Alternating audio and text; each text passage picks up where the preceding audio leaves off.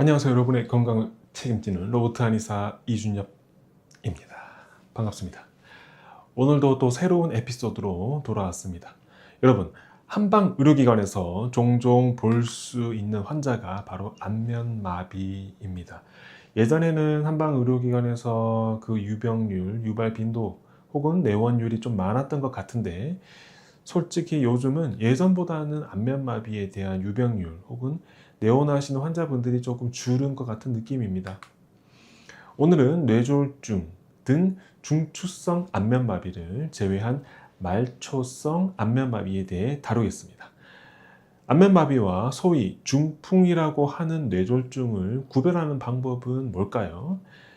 한방의료기관에 내원하시는 분들이 가장 걱정하는 부분 혹은 뇌 CT나 이런 걸 찍어 보실 때 가장 염려하시는 부분이 바로 이 부분이기 때문에 먼저 짚고 넘어가려고 합니다. 먼저 이마 주름이 잡히고 눈이 감기면서 이렇게 되면은 중추성이다, 이렇게 볼 수 있지만 쉽게 구별하는 방법은 말을 들어보는 겁니다. 환자분의 발음이 정확하면 중풍은 아닙니다. 그리고 사실 중풍은 증상이 단순 안면마비와 헷갈릴 수가 없습니다. 누가 봐도 응급질환입니다. 네, 응급질환이기 때문에 특히나 예를 들어서 발음이 안 되신다든지 한쪽으로 편측으로 힘이 빠지는 증상이 있으시면 100% 중풍으로 볼 수 있겠죠. 네, 빨리 응급실로 가시기 바랍니다. 그리고 말초성이라고 해도 람세이 헌트 증후군과 같은 극심한 통증을 동반하는 질환도 오늘은 다루지 않도록 하겠습니다. 네, 그야말로 오늘의 주제는 다른 문제는 없는데 갑자기 얼굴이 마비가 된 경우입니다. 이를 일컬어서 벨마비라고 부릅니다.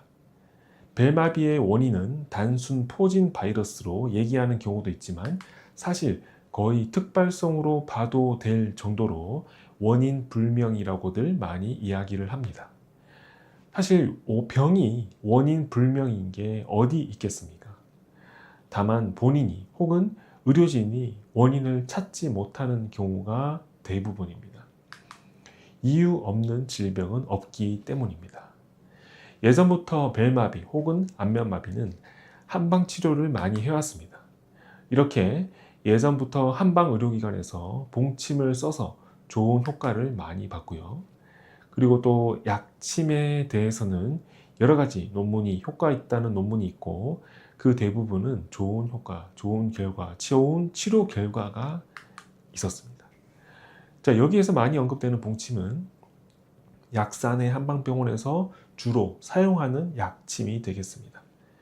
진료를 받으실 분은 내원하시면 되겠고요.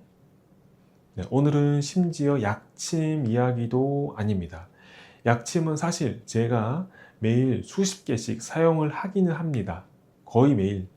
매일이 아니라 거의 매번 사용하는데요. 거의 저는 사실 봉침으로 사용을 하고 있는데요.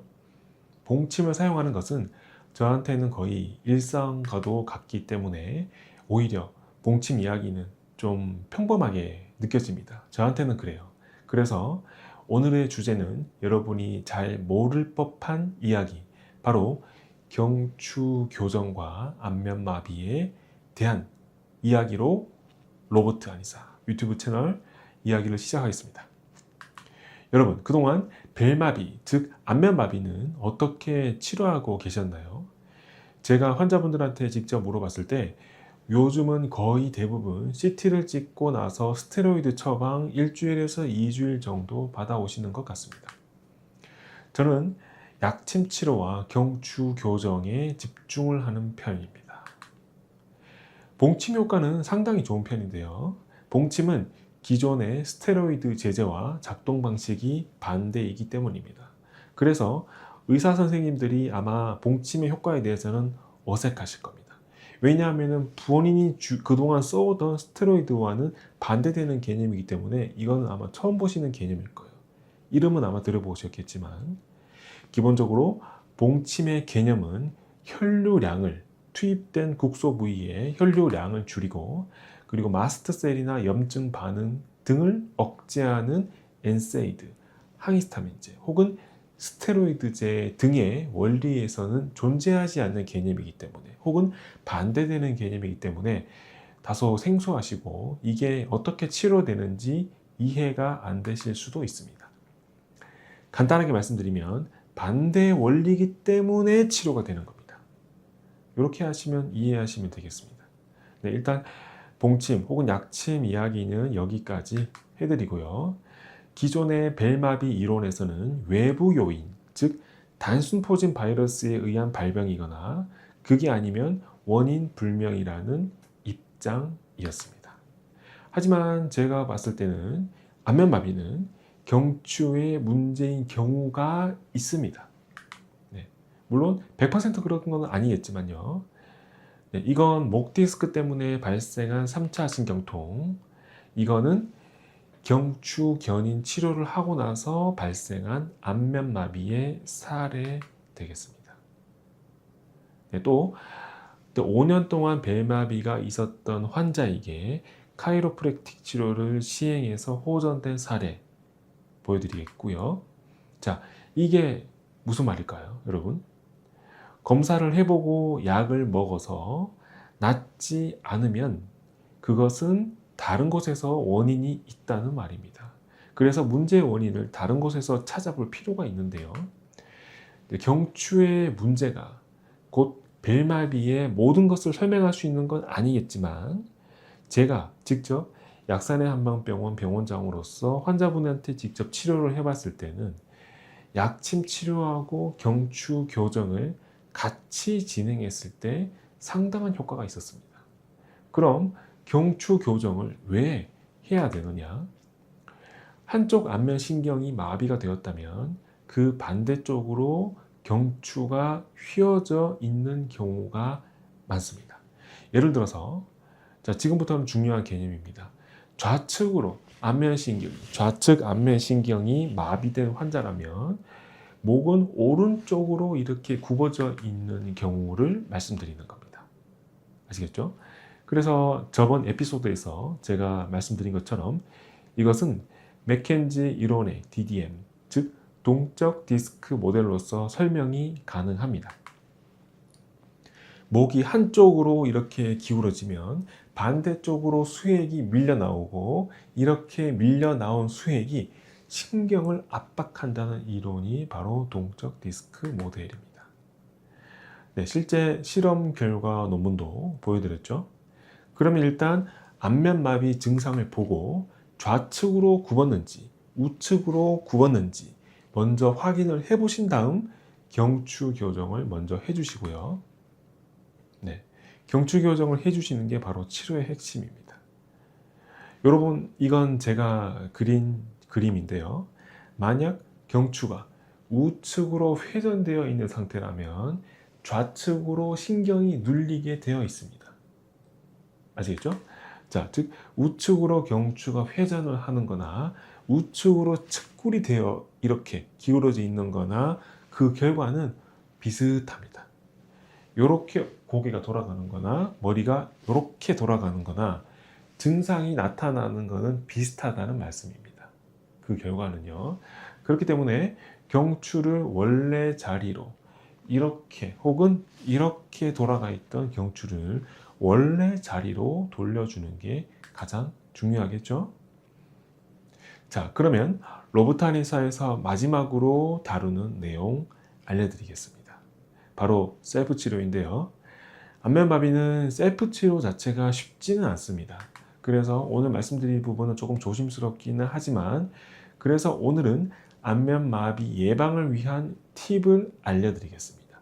첫 번째, 수면입니다. 여러분, 가능한 일찍 자고 깊이 잠드셔야 됩니다. 수면이 불규칙하신 분 혹은 밤에 일하시는 분들은 안면마비에 잘 걸릴 수 있습니다.